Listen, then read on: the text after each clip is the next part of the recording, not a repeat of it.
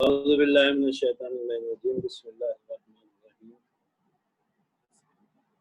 अल्हम्दुलिल्लाहि रब्बिल आलमीन वस्सलातु वस्सलामु अला खैरि खल्क़िही अजमईन अम्मा बाद।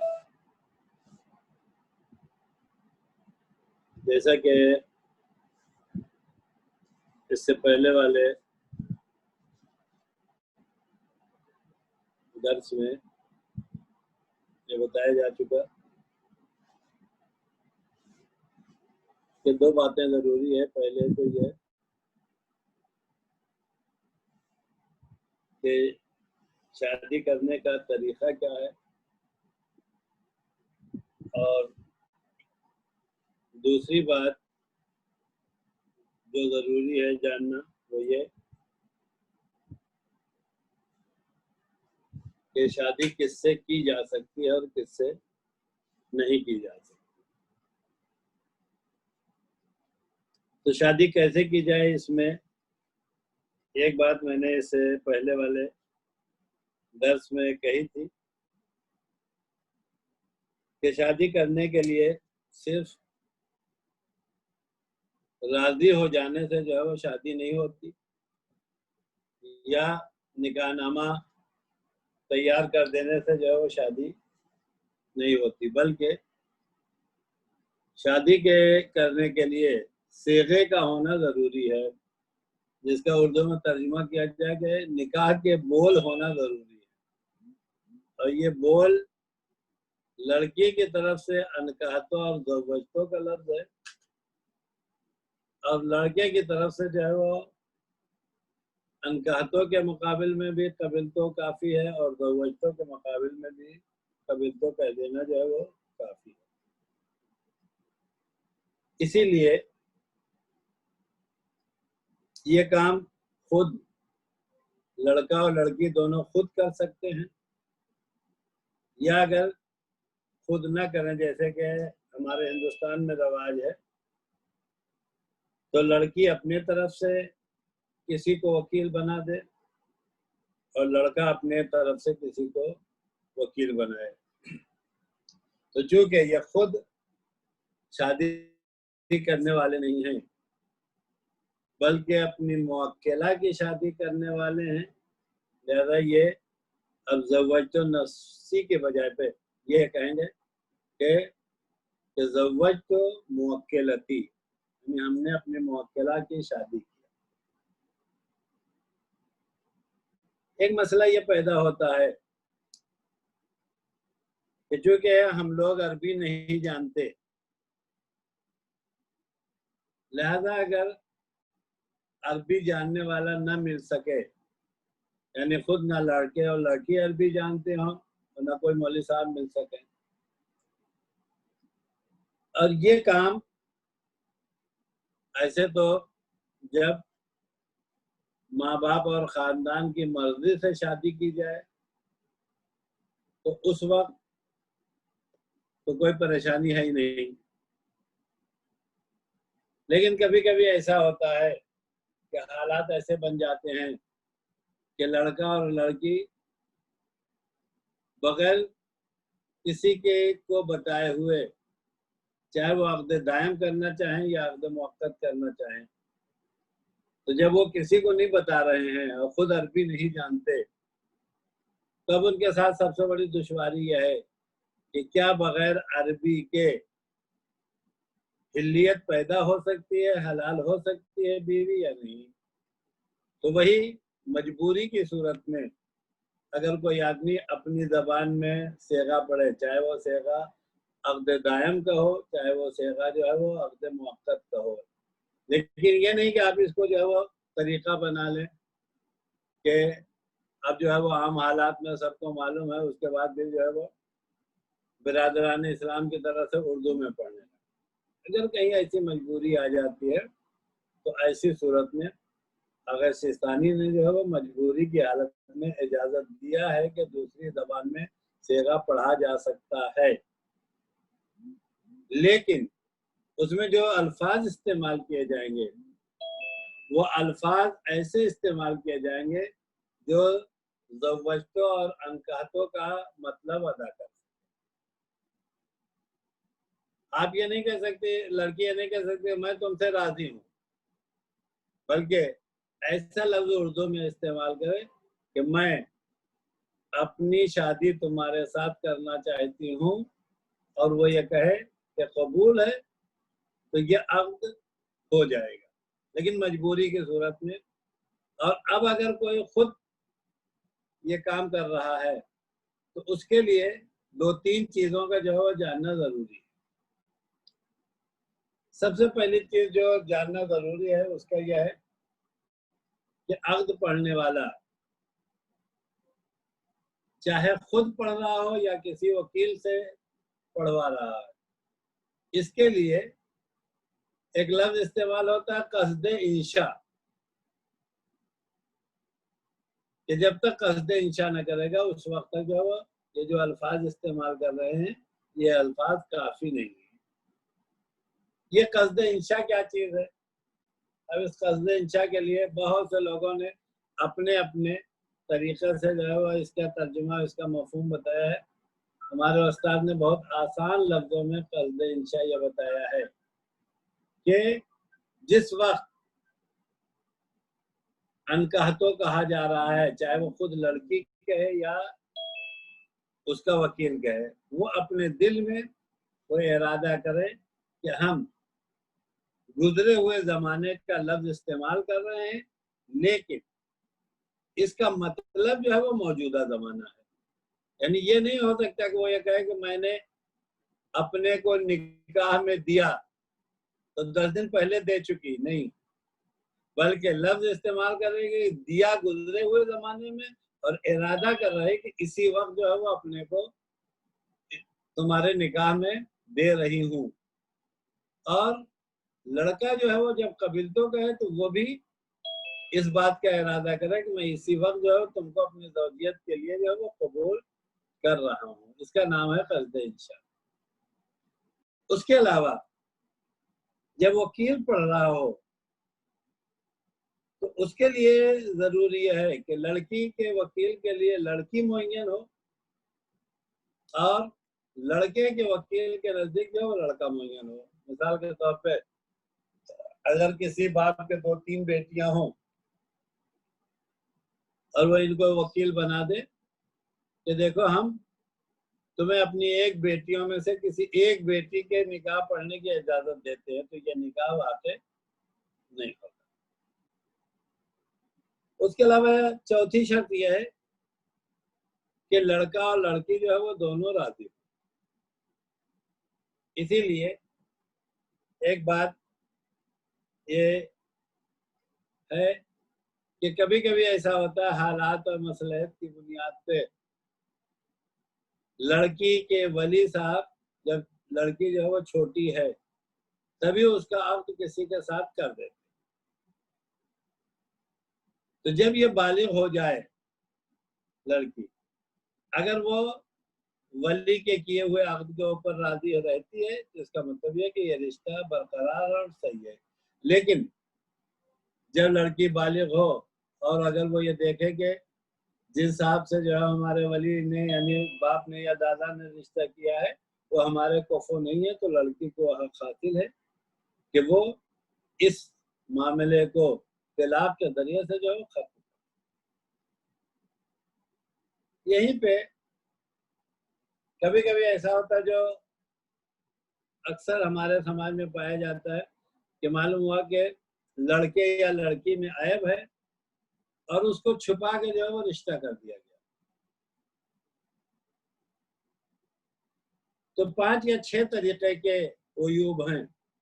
अगर वो वयूब लड़की में पाए जाते हैं तो लड़के को इस बात का हक हासिल है कि लड़का जो है जब शादी के बाद उसे इत्तला मिल जाए कि इस लड़की में ये ऐब ये कमजोरी पाई जाती है तो वो उस लड़के से जो है वो अलहदगी अख्तियार कर ले। यानी इसमें अब तलाक की जरूरत नहीं है, अक्द को जो है वो फस्ख कर सकता है, खुद ब खुद जो है वो फस्ख हो जाएगा।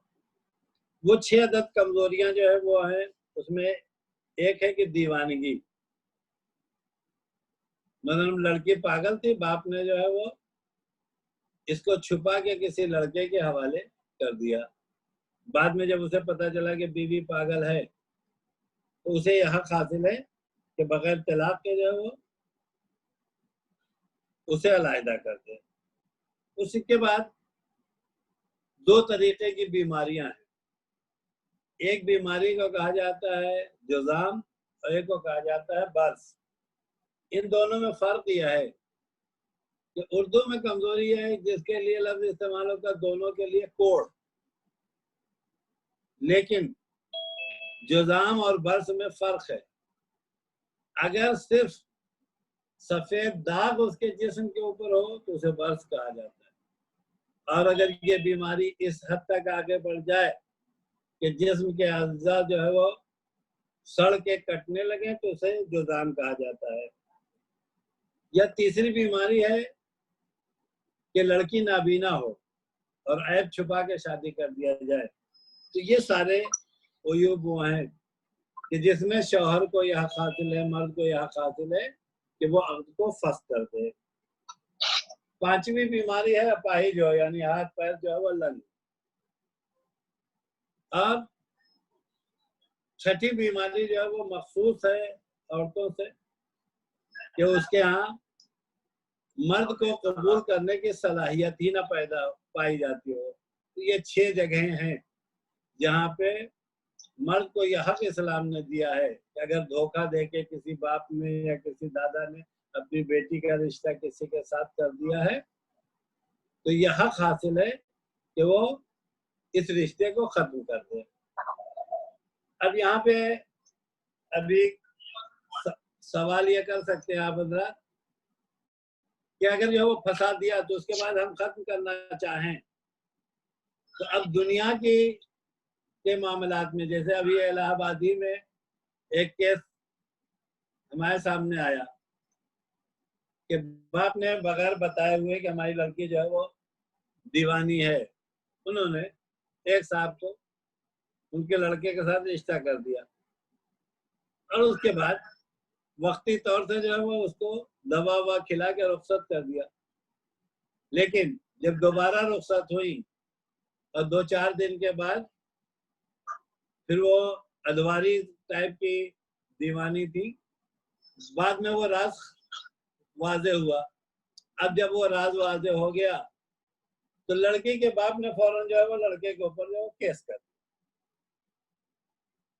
तो ऐसी सूरत में दुनिया के एतबार से, चूंकि फिर उस दिन की तरह से मैं कहूँगा कि हमारे और आपके पास चूंकि अदालत नहीं है कि जिस अदालत में सही इंसाफ हो सके, लिहाजा वही या हाकिम शरा की तरफ रुजू किया जाए या फिर जो सब्र किया जाए। लेकिन लड़के को तलाक देने में हाकिम शरा की तरफ रुजू करने की जरूरत नहीं है, और अगर उन्होंने दुनिया की अदालत में अपने को पेश कर दिया है तो इसमें सब्र के अलावा और कोई चारा नहीं पाया जाता। ये गैबत की मजबूरियों में से एक मजबूरी। लेकिन यही उयूब अगर जो है वो मर्द में पाया जाए तो मर्द में एक ऐब ऐसा है, वो ऐब है कि मर्द के अंदर औरत से गुर्बत करने की सलाहियत ना पाई जाए। वो उसकी बहुत सी शिकायतें हैं, किसी वजह से भी वो जिसको कहा जाए जिनसी ताल्लुकात पैदा करने की ताकत खत्म हो जाए, तो ऐसी सूरत में औरत को हक हासिल है कि बगैर तलाक के जो है वो मामले को फस कर दे।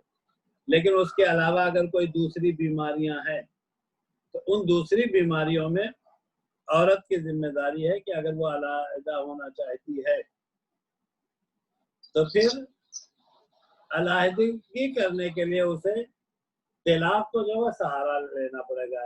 बगैर तलाक के अक़्द फस नहीं करता। अब उसके बाद मसला यह है कि वो पहली बीमारी जिसमें मर्द के पास सलाहियत नहीं है, अब अगर औरत मामले को फस करना चाहे तो अगर ये बीमारी एक मर्तबा जिनसी ताल्लुकात, एक मर्तबा भी जिनसी ताल्लुकात से पहले पैदा हुई है तो मर्द को की जिम्मेदारी है कि औरत को आधा महर दे।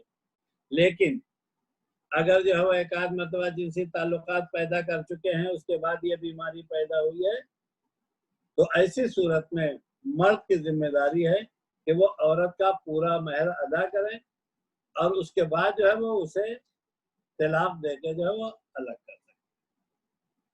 ये इतनी बात जो है वो इससे पहले वाले दर्स का ततिम्मा था। आज जो सबसे अहम चीज जो आज के दर्स की है वो ये है कि किन औरतों से जो है वो मर्द शादी कर सकता है और किन मर्दों से जो है वो औरत शादी कर सकती है। इस चीज को हम और आप दो जगहों पे इस्तेमाल करते हैं। वो औरतें जिनसे किसी हालत में शादी नहीं हो सकती, उन औरतों को जो है वो महरम कहा जाता है। और जिनसे इस बात का इम्कान पाया जाता है कि बाद हालतों में जो है वो शादी हो सकती है और बाद हालतों में नहीं हो सकती, तो जिनके यहाँ बाद हालतों में शादी हो सकती है वो औरतें जो है वो महरम नहीं। इस्लाम ने महरमियत का जो है वो 3 तरीका बताया कि औरत मर्द के ऊपर 3 ही वजह से महरम होती है और मर्द औरत के ऊपर जो है वो 3 तरीके से जो है वो महरम होता है। पहला तरीका जिसकी वजह से जो है वो औरत मर्द के ऊपर जो है महरम हो जाती है, उस तरीके का नाम है नसब। नसब कहते हैं विलादत के रिश्ते की वजह से जितने रिश्ते पैदा होते हैं उन रिश्तों को जो है वो नसबी रिश्ता कहा जाता है। फिर लफ्ज दोहरा दिया जाए, विलादत की वजह से जितने रिश्ते बनते हैं उन रिश्तों को जो है वो नसबी रिश्ता कहा जाता है। मसलन जब औरत और मर्द शादी करें तो शादी करने के बाद अब जब बच्चा पैदा होगा तो इस बच्चे का पहला रिश्ता बना कि औरत इसकी माँ हो गई और मर्द इसका बाप बन गया। कुछ दिनों के बाद एक दूसरी बच्चे की विलादत हो गई, तो अब ये दूसरी वाली बच्ची और पहले वाले बच्चे में एक नया रिश्ता पैदा हुआ कि ये दोनों आपस में बहनें हो गई। अगर जो वो बेटा पैदा हो गया तो बेटा पैदा होने के बाद अब ये बेटी और बेटे आपस में जो है वो भाई और बहन। लेकिन जब शादी हुई थी औरत और मर्द की तो औरत भी अपने साथ रिश्ते लेके आई थी और मर्द भी अपने साथ रिश्ता लेके आया था। मर्द जो रिश्ता अपनी बहन का रिश्ता लेके आया था वो इस बच्चे की जो है वो फूफी है, और औरत जो अपने साथ जो अपनी बहन का रिश्ता लेके आई थी तो ये दूसरी वाली औरत जो है वो इस बच्चे की जो है वो खाला है। तो इस तरीके से रिश्ते जो है वो बढ़ते जाते हैं और ये वो सारे रिश्ते हैं जो खून की वजह से आगे बढ़ते हैं। लेकिन इन रिश्तों को जब जोड़ा जाएगा तो बाद रिश्ते ऐसे हैं कि जो सबब तो बनते हैं एक नए रिश्ते बनाने, लेकिन हकीकतन वो खूनी रिश्ते नहीं होते। मिसाल के तौर पे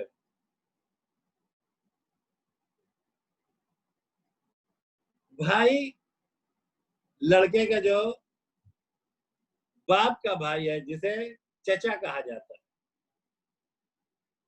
चचा से तो खूनी रिश्ता पैदा होगा, लेकिन चचा की शादी जिस औरत से हो गई इस औरत से जो खूनी कोई रिश्ता नहीं है इस लड़के का। देखो तो दूसरे घर से आई और चचा के पास आई, तो चचा से तो जो है वो रिश्ता है,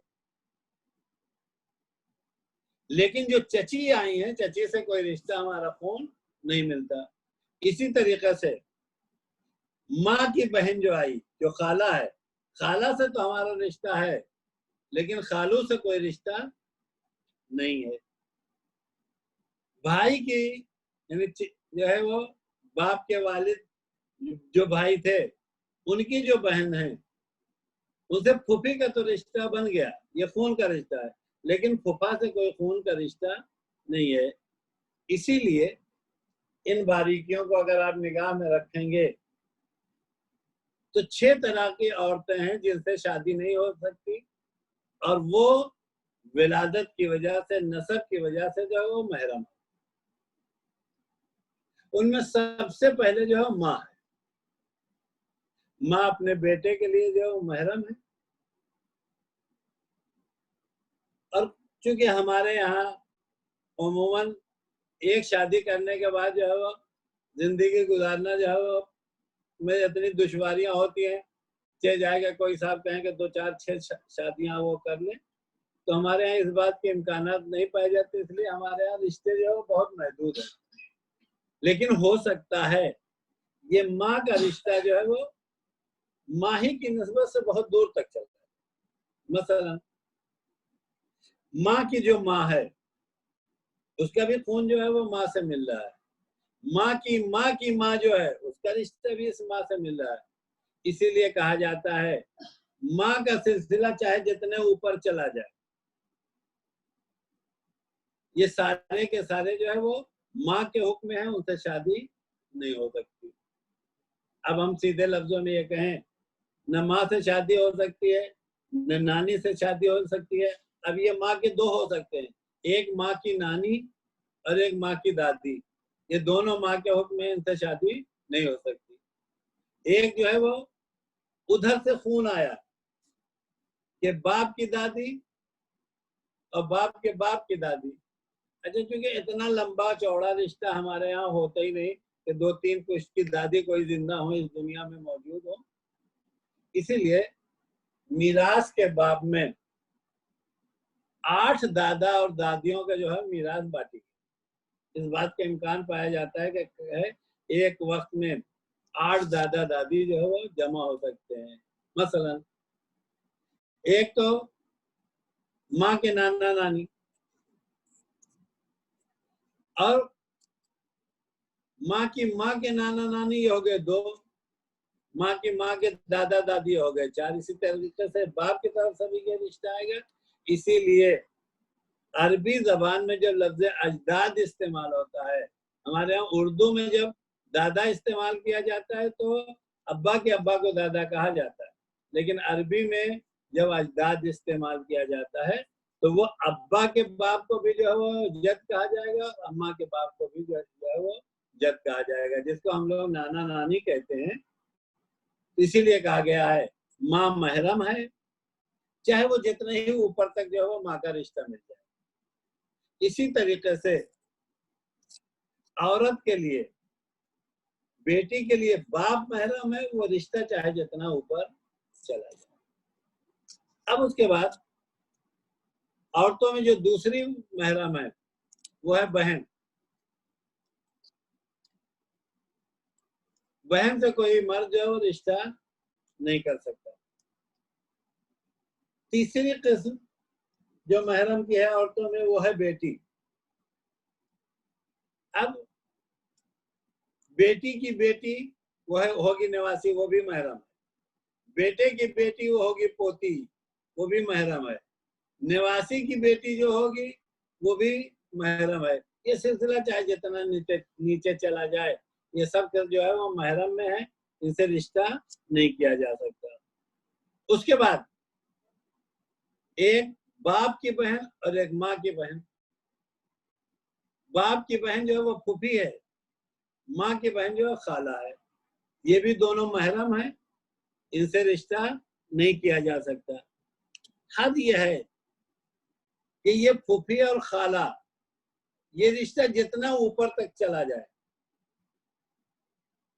बाप की बहन है तो वो फूफी, और इस फूफी का रिश्ता जब और आगे जाके कोई दूसरी फूफी हो जाए, जिसको ददिया फूफी और पर दादी वाली फूफी कहा जाए, ये रिश्ता जितना ऊपर फूफियों में जाता रहेगा सबके सब महरम हो जाएंगे, जितना ऊपर खालाओं में जाता रहेगा ये सबके सब महरम हो जाएंगे।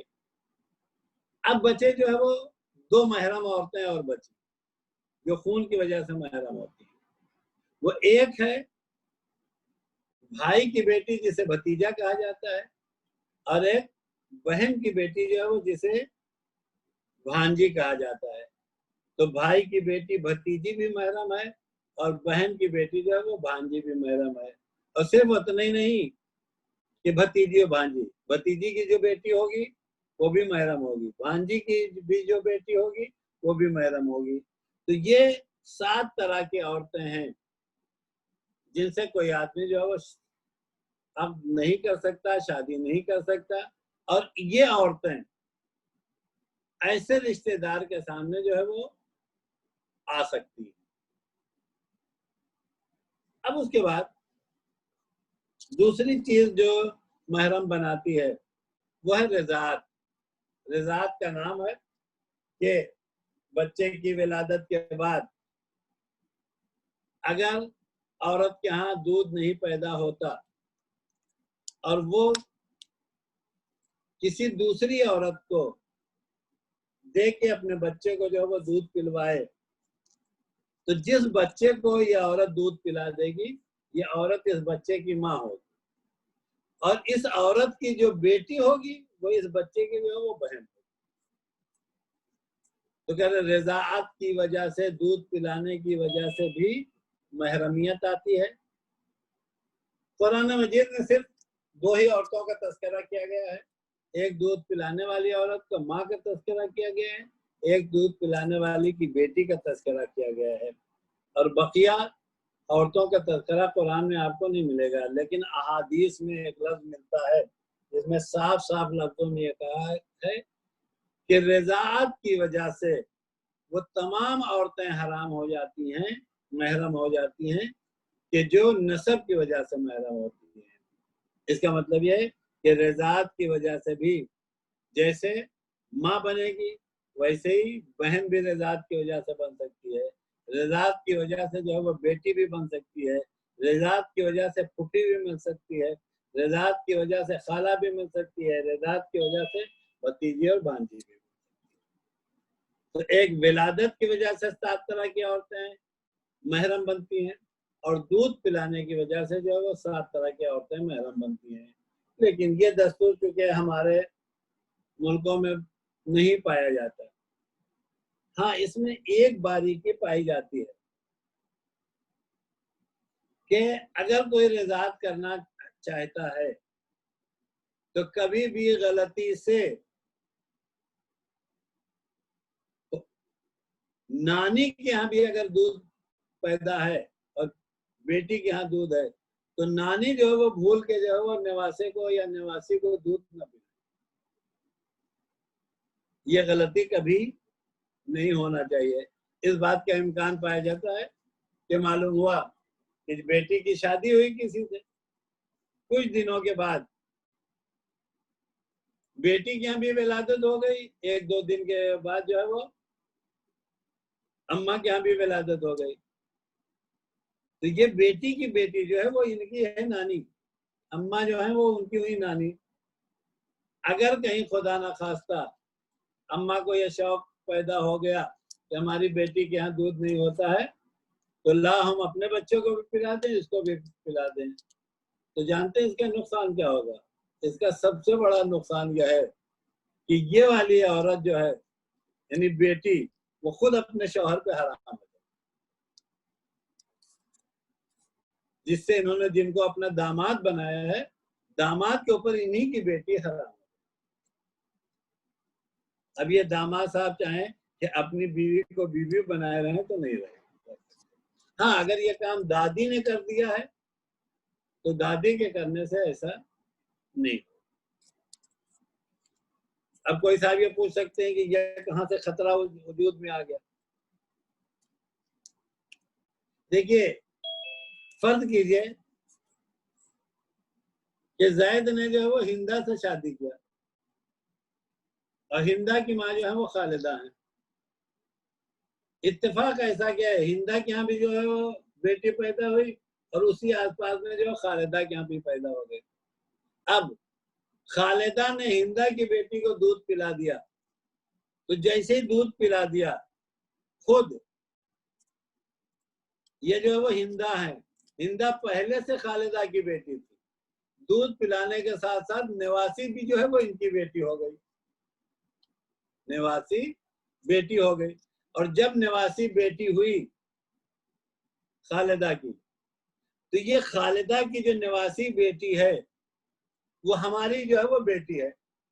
इन दोनों के अंदर रजात की वजह से रिश्ता पैदा हो गया बहन बहन का, यानी नवासी अपनी अम्मा की जो है वो बहन हो गई। और ये बात तय है कि बेटी की बहन से रिश्ता करना जायज नहीं है। तो ये बारीकी बहरहाल, और मैंने इस मसले को इसलिए बता दिया कि इत्तेफाक से अपने हिंदुस्तान में एक मरतबा ये हादसा पेश आ चुका है। तो इस बात का बहरहाल जो औरतें मेरी आवाज सुन रही हैं कि कभी भी कोई नानी अपनी नवासी को जो है वो दूध पिलाने की कोशिश न करे। वैला बेटी जो है वो विलादत की वजह से बेटी हो जाएगी, नवासी दूध पिलाने की वजह से बेटी हो जाएगी। और जैसे दो बेटियां हुई तो बेटी की बहन से शादी जो है वो आराम हो जाएगी, दामाद खुद ब खुद हाथ से निकल जाएगा। ये एक बारीकी बहरहाल शरई तौर से है। और तीसरी चीज जिसकी वजह से महरमियत आती है, उस चीज का नाम है मुसाहरत, जिसको हम और आप कहते हैं शादी। तो तीन ही काम है, या नसब की वजह से महरम बनता है, या रज़ा दूध पिलाने की वजह से महरम बनती है, या शादी की वजह से महरम बनती है। तो नसब की वजह से 7 तरह की औरतें महरम होती हैं, रज़ात की वजह से 7 तरह की औरतें महरम होती हैं। अब तीसरी चीज बची शादी। शादी की वजह से एक जात जो है वो बगैर किसी कैद, बगैर किसी शर्त के जो है वो महरम होती है। वो जानते कौन है? वो बीवी की माँ है, जिसे सास कहा जाता है। इधर अनकहा तो कबिल तो हुआ, बीवी की माँ जो है वो महरम हो जाएगी। क्यों? इसलिए कि इस्लाम की निगाह में माँ का दर्जा इतना अजीम है, और जब माँ की गुफ्तगू आती है तो सिर्फ कोई साहब ये ना सोचेंगे जो पैदा कर दे वही तनामा हो, बल्कि जो दूध पिला दे उसका भी दर्जा वही है, जो शादी की वजह से जो माँ हो जाए उसका भी दर्जा वही है। इसीलिए बाद उलमा ने इस हदीस के ज़िम्न में लिखा है कि अल जन्नतु तहता अक़दामिल उम्महात। अगर इसमें बहुत इख्तलाफ है, कुछ लोगों ने कह दिया कि यह हदीस जो है इसराइलियात की गढ़ी हुई है, लेकिन इन सब से हट के जहाँ गुफ्तगू है उसमें ये बात कही गई है कि ये हदीस जिसमें नबी ने कहा कि जन्नत माँ के पैरों के नीचे है, तो इसमें ये कहीं नहीं लिखा है कि सिर्फ पैदा करने वाली माँ के पैर के नीचे है, बीवी की माँ जो माँ बनी है उसके पैर के नीचे नहीं, ऐसा नहीं है। जबकि अक्ल ये कहती है जिस तरीके से पैदा करने वाली माँ से कभी शादी नहीं कर सकते, उसी तरीके से बीवी की माँ से जो है वो कभी शादी नहीं कर सकते। चाहे बीवी आपकी बीवी रहे, चाहे आप उसको तलाक दे दें, चाहे उसका इंतकाल हो जाए, एक मर्तबा किसी औरत से अनकहा तो कबिल तो हो गया तो उसकी माँ हमेशा के लिए जो है वो आपकी महरम हो जाती है। क्यों? इस्लाम ने ये माँ की अजमत बताने के लिए हमसे और आपको ये हुक्म दिया है। इसीलिए अगर जन्नत वाली हदीस जो है वो सही है तो वो सास के पैर के नीचे भी जन्नत है, दूध पिलाने वाली औरत के पैर के नीचे भी जन्नत है, पैदा करने वाली औरत के पैर के नीचे भी जन्नत है। अब उसके बाद आग की वजह से जो दूसरी औरत वो महरम बन जाती है, इसको थोड़ा सा गौर से सुनिएगा। बीवी की बेटी, देखिए कोई जरूरी नहीं कि बीवी की बेटी आपकी बेटी हो।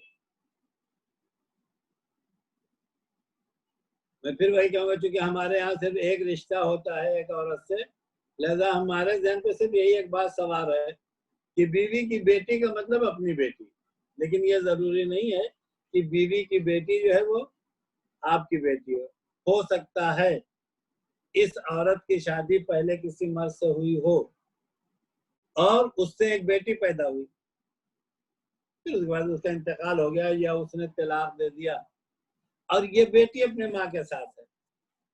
जब दोबारा इस औरत ने आपसे अर्ज किया तो ये बीवी की बेटी तो है, आपकी बेटी नहीं। अब ये माँ के साथ आपके पास आई, तो जब माँ के साथ आपके पास आएगी तो ये उर्दू में कहा जाए आपकी पालक हो जाएगी, यानी आप उसकी तरबियत करने वाले। इसीलिए अरबी में लफ्ज इस्तेमाल होता है रबीबा, यानी माँ के साथ आई हुई बेटी या बेटा जिसको आपने अपने घर में रख के पाला है, परवरिश किया है, तरबियत दिया है, तो ये रबायब के हुक्म में आते हैं। अगर आपने उसकी परवरिश किया है और दूसरी तरफ माँ से जिनसी रिश्ता कायम हुआ है, माँ से जिनसी रिश्ता कायम हो चुका है, तो ये बेटी आपकी जो है वो महरम हो जाएगी, इससे शादी नहीं हो सकती। लेकिन सास के यहाँ जैसे ही अनकहा कहा, चाहे बीवी से रिश्ता कायम हो चाहे ना हो, एक आदमी अनकहा कबीर तो कहने के बाद एक औरत से और उसके बाद बगैर जो है वो किसी मुलाकात के उसके बाद अलहदगी अख्तियार कर दी, उसके बाद भी उस औरत की माँ जो है वो महरम रहेगी। वहां रिश्ता जिनसी रिश्ता कायम होने की शर्त नहीं है। लेकिन ये जो बेटी बीवी की बेटी है ये तभी महरम होगी जब माँ से आप रिश्ता कायम करें। उसके बाद एक शर्त के साथ जिसे बहू कहा जाता है, बहू उस वक्त महरम होगी जब आपके सुलभी बेटे की बहू हो। और यह कैद कुरान मजीद ने इसलिए लगाई है बहू के लिए कि सुलभी बेटे की बीवी आपके लिए महरम होगी। यह कैद जानते हैं क्यों लगाई गई? यह कैद इसलिए लगाई गई है कि जमाने जाहिलियत में, जो आज भी कभी कभी हम लोगों के यहाँ इस्तेमाल हो जाता है, गोद लिया हुआ बेटा, गोद लिया हुआ बेटा जब तक गोद के लायक हो तभी तक बेटा है, और जब वो गोद से निकल के बड़ा हो जाए तो वो इस औरत के लिए जो नामहरम हो जाता है। अरबों में उस जमाने में दौरे जाहिलियत में गोद लिए हुए बेटे को वो तमाम हुकूक दे दिए जाते थे जो सुलभी बेटे को दिए जाते हैं। कुरान मजीद ने जिसको हम और आप कहें गोद लिया हुआ बेटा, उसको अलग करने के लिए बहू के लिए ये शर्त लगाई है कि बहू तब आपकी जो है वो महरम होगी कि जब बेटा आपका जो है वो विलादत की वजह से सुलभी बेटा हो। अगर सुलभी बेटा नहीं है तो फिर उसकी बीवी जो है वो महरम नहीं है।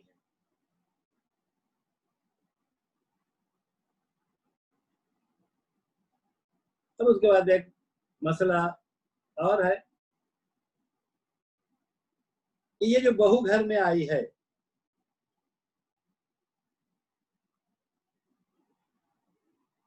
तो इस बहू के लिए सुलभी बेटे की बीवी है, तो ये बेटे के बाप के लिए जो महरम है। अब दादा का क्या हुक्म है? यानी दादा के लिए भी महरम है। परदादा के क्या हुक्म है? परदादा के लिए भी महरम है। इसी तरीके से ये हो सकता है कि एक आदमी का यहाँ किसी औरत से शादी करे तो मर्द के बेटा हो, लेकिन ये बेटा जो है बीवी का बेटा ना हो। जैसे बीवी की किसी से पहले शादी हुई है, वो अपने साथ एक बेटी को लेके आए, तो ये शौहर की बेटी नहीं है लेकिन बीवी की बेटी है। वैसे ही इस बात का इम्कान पाया जाता है कि इस मर्द ने जब शादी किया किसी औरत से, उससे एक बेटा पैदा हुआ और बेटा बाप के पास है। वो औरत या इंतकाल हो गया या तलाक की वजह से अलग हो गई, कुछ दिनों के बाद इन्होंने दूसरी औरत से जो शादी किया और दूसरी औरत से जब शादी कर दिया तो उससे एक बेटी पैदा हुई। तो अब ये जो बेटा इसका है शौहर का बेटा है, बीवी का बेटा नहीं है। उधर बेटा जो है वो शौहर का है और ये बेटी जो है वो बीवी की और शौहर दोनों की है। तो कह रहे हैं ये बेटा भी जो महरम होगा। और महरमियत कहाँ तक जाएगी? खुद बेटी महरम होगी, बेटी की बेटी महरम होगी, बेटी की बेटी की बेटी महरम होगी, जितना सिलसिला नीचे चला जाएगा ये सब के सब महरम। और उसके बाद अब एक मसला जो है वो, दो मसले ऐसे हैं कि जो हमारे यहाँ हिंदुस्तान में जो है वो पाए भी जाते हैं, और उसको एक आज सुन लीजिए, एक जो है वो इंशाल्लाह कल सुनिएगा। हमारे यहाँ इस तरीके के खास करके हमारे शहर में एक आध मिसाल जो है वो सुनने में आई है, क्या पता अल्लाह आलम बिस्सवाब सही है या गलत। इस्लाम का कानून और कुरान का कानून यह है कि एक औरत से शादी करने के बाद फिर उसकी बहन से जो है वो शादी नहीं हो सकती, जिसको कहा जाता है इज्तिमाए उख्तैन। कि कोई चाहे कि एक वक्त में दो बहनों को जो है वो बीवी बनाना चाहें तो वो नहीं है। अगर कहीं ऐसा कोई वाकया पाया जाता है कि एक की बहन की मौजूदगी में दूसरी बहन को भी उन्होंने रख लिया, तो ये अगर निकाह भी सेगा भी पढ़ लेते हैं तो वही लफ्ज़ रख लिया होगा, ये जो वो जायज और हलाल किसी तरीके से नहीं हो सकती। हद यह है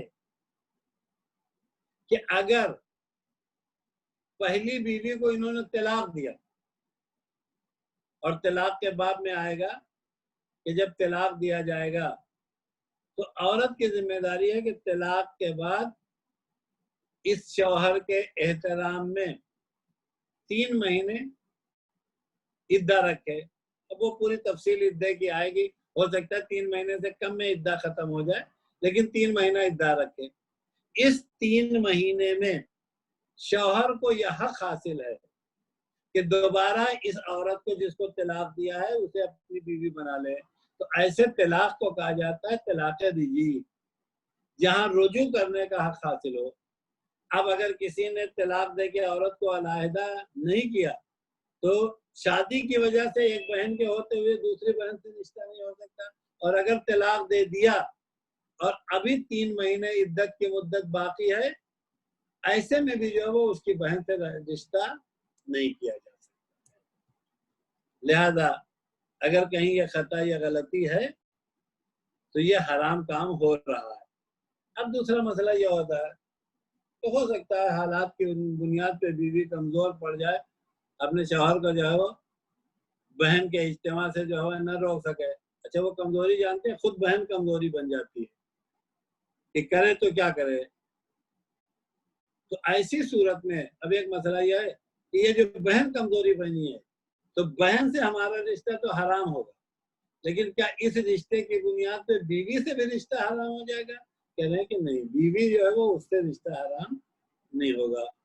लिहाजा बहन से रिश्ता गलत होगा, और बीवी से जो रिश्ता अगर ये बाकी रखना चाहती है औरत, बीवी से रिश्ता सही रहेगा। वाखिर दावाना अनिल हम्दुलिल्लाह। अब अगर सवालात करना है तो आप